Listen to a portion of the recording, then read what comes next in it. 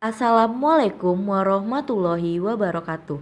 Kami dari kelompok 13 akan menyampaikan materi mengenai terbentuknya negara-negara merdeka di jajahan Italia, di mana kami terdiri dari 3 orang anggota. Yang pertama, Monica Ramadhani Chania, Hilda Aini Siva, dan juga Rifka Angelina Ginting. Pada video kali ini, kami akan menampilkan PPT dan memberikan penjelasan mengenai terbentuknya negara-negara merdeka di jajahan Italia, di mana masing-masing anggota akan menjelaskan mengenai terbentuknya negara jajahan Italia tersebut. Untuk mengetahui lebih lengkapnya, mari saksikan video selanjutnya. Selamat menyaksikan. Baiklah, sebelum kita memahami materi pada pertemuan kali ini, pada bagian awal video kami dari anggota kelompok telah menampilkan penayangan PowerPoint secara keseluruhan, dan untuk video selanjutnya akan disampaikan materi yang ada pada slide tersebut oleh anggota kelompok yang akan disampaikan secara bergantian. Saya akan menjelaskan materi yang pertama, yaitu kekuasaan Italia di Libya. Kolonisasi Italia. Kolonisasi Italia di Libya pada tahun 1911 dan berlangsung hingga tahun 1943. Negara tersebut yang sebelumnya merupakan milik otonom diduduki oleh Italia pada tahun 1911 setelah Perang Italia-Turki, yang menghasilkan pembentukan dua koloni, yaitu Tripolitania Italia dan Cyrenaica Italia. Pada tahun 1943, mereka disatukan di koloni Italia Libya. Pada Maret 1937, Mussolini melakukan kunjungan kenegaraan ke Libya, di mana dia membuka jalan raya militer baru yang membentang di sepanjang koloni Via Balbia. Untuk alasan propaganda, dia sendiri menyatakan pelindung Islam dan dihadiahi pedang simbolis. Pada tanggal 9 Januari 1939, koloni tersebut dimasukkan ke dalam wilayah metropolitan Italia dan selanjutnya dianggap oleh Italia sebagai integral dari bagian negara mereka. Pada tahun 1939, orang Italia telah membangun 400 km jalan rel kereta api dan 4.000 km jalan baru. Kekalahan Italia dalam Perang Dunia Kedua menyebabkan Italia harus keluar dari Libya dan digantikan oleh kekuatan militer Inggris pada tahun 1942 sampai 1951. Akibat ketidakmampuan atau kekompakan sekutu terhadap kepemilikan Libya, harus membuat LBB harus turun tangan dengan mengadakan rapat pada tahun Republik Libya tahun 1969. Pada 1 September 1969, Muammar Gaddafi berhasil menjadi pemimpin tertinggi Libya. Pada masa kepemimpinannya, Muammar Gaddafi berhasil membawa Libya menjadi negara yang maju dari segi ekonomi, tetapi tidak dalam segi politik. Al-Fatih diibaratkan penghantar pada era baru di mana tidak ada keterbelakangan, kemiskinan, dan kesenjangan. Kudeta ini disebut sebagai kudeta tidak berdarah karena pada kudeta ini disertai aksi heroik yang memakan korban dan aksi yang membuat jatuh korban. Gerakan ini adalah sebuah gerakan pembaharuan untuk Libya. Gerakan ini dilakukan oleh Kesatuan Pekerjaan untuk pembahasan yang dilakukan secara gerilya dari satu tempat ke tempat yang lainnya. Pada Januari 1969, isi revolusi sudah menyebar luas di masyarakat dan gerakan revolusi ini menuai hasil pada tanggal 1 September 1969. Keberhasilan itu tidak terlepas dari dukungan serta sambutan seluruh lapisan masyarakat. Saat revolusi ini, Raja Idris sedang berada di Turki sehingga tidak mampu untuk menyelamatkan pemerintahan monarki yang sudah dibangun.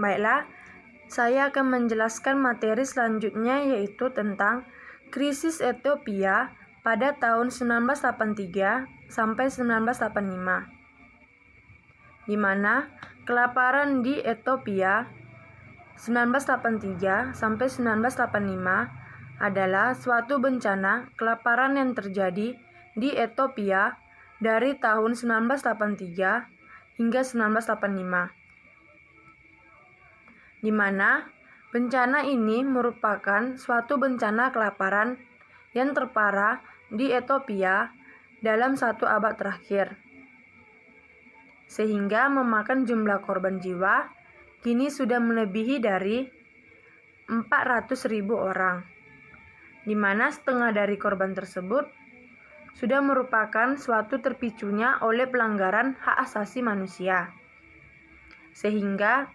mengakibatkan munculnya suatu bencana kelaparan yang lebih awal dan juga yang paling terparah. Materi selanjutnya yaitu penyebab krisis kelaparan. Kelaparan pada tahun 1983 sampai 1985 paling sering dikaitkan dengan fenomena kekeringan dan juga iklim. Adapun efek dari kelaparan dan juga perang ini, di mana telah menempatkan suatu ekonomi negara kini dalam keadaan runtuh. Pemerintah juga menanggapkan terhadap kekeringan dan juga kelaparan ini dengan cara mencabut sejumlah besar petani yang kini tinggal di daerah bencana yang berada di utara, dan mereka juga memukimkan ke bagian selatan negara tersebut.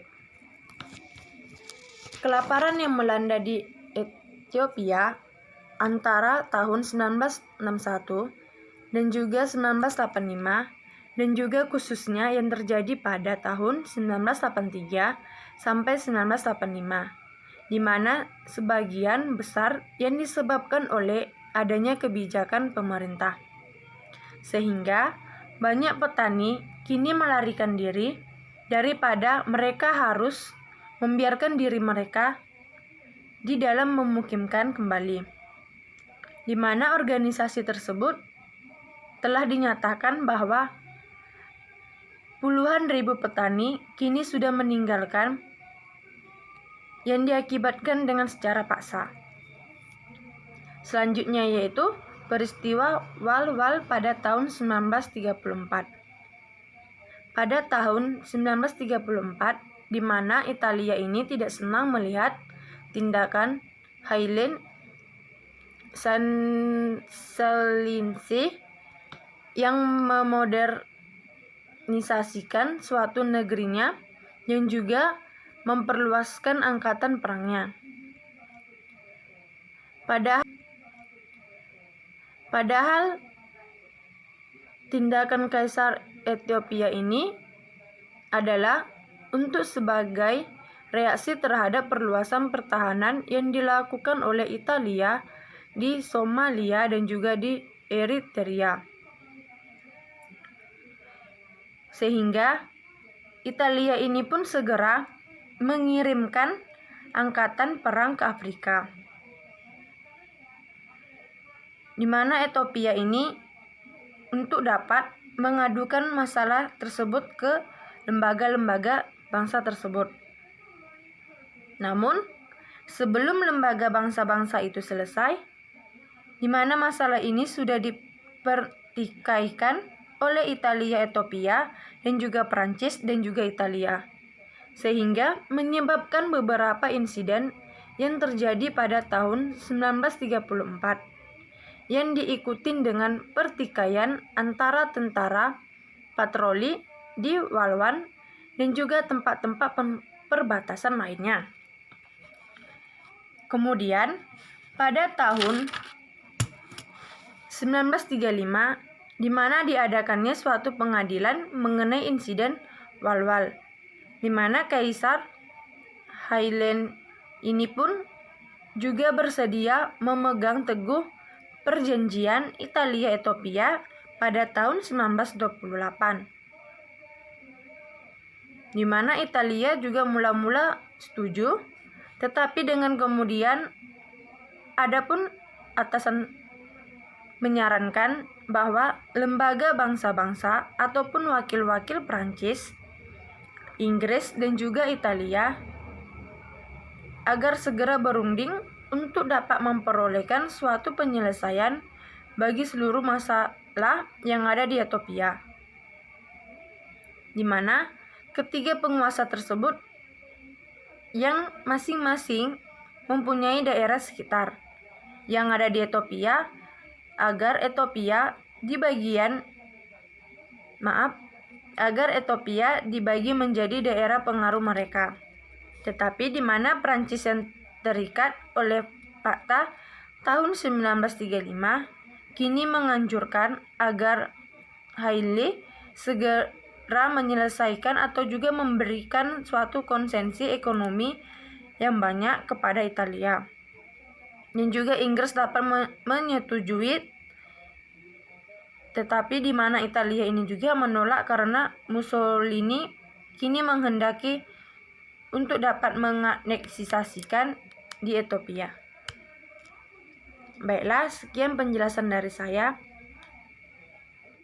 Selanjutnya di sini saya Monica Ramadhani Chania akan menjelaskan mengenai federasi terbentuknya Ethiopia dan Eritrea, di mana Federasi Ethiopia dan Eritrea adalah sebuah federasi dari Kekaisaran Ethiopia dan Provinsi Otonom Eritrea yang merupakan bekas koloni Italia yang setelah dilepaskan oleh Italia selama pemerintahan militer Inggris dan setelah Perang Dunia Kedua. Ini dibuat dengan peraturan perundang-undangan federal di Ethiopia dengan konstitusi Eritrea pada 15 September 1952 setelah dimulainya perang kemerdekaan Eritrea pada 1961 menyusul tekanan dari Haile Selassie I, Majelis Eritrea. Federasi secara resmi dibubarkan oleh otonomi Eritrea, ditarik dan dianekasi oleh Ethiopia pada tanggal 15 November 1962 menjadi Provinsi Integral Eritrea.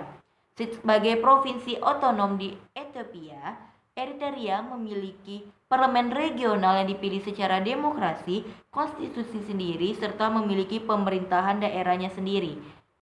Setelah kita mengetahui mengenai federasi terbentuknya Ethiopia Eritrea, selanjutnya saya akan membahas mengenai negara Eritrea, di mana negara Eritrea dalam bahasa Inggris Tigina Hegere Erta merupakan salah satu negara yang terletak di Afrika Timur, lebih tepatnya di kawasan Tanduk Afrika atau semenanjung Somalia. Negara ini memiliki bentang garis pantai sepanjang 2.234 km dan langsung menghadap ke Laut Merah.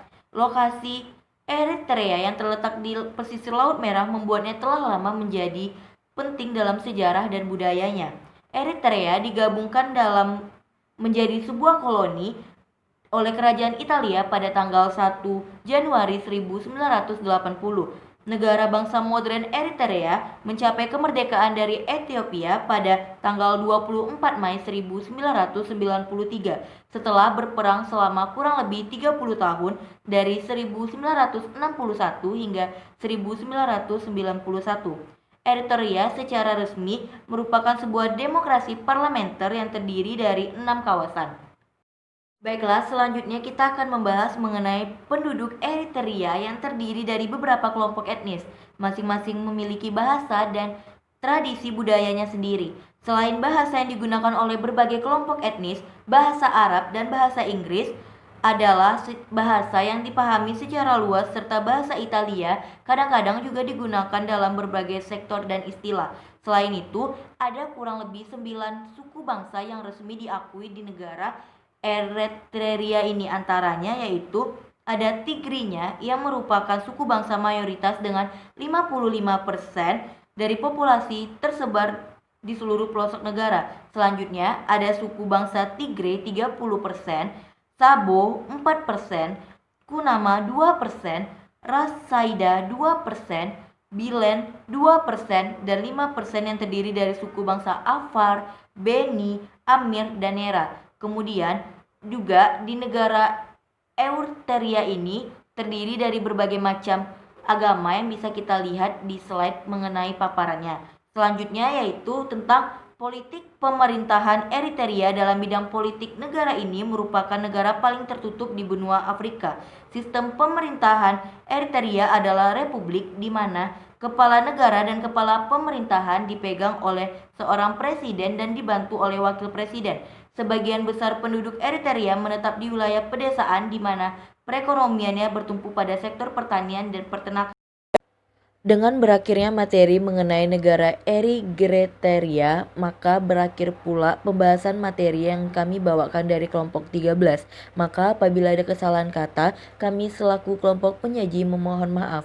Wabillahi taufik walhidayah. Wassalamualaikum warahmatullahi wabarakatuh.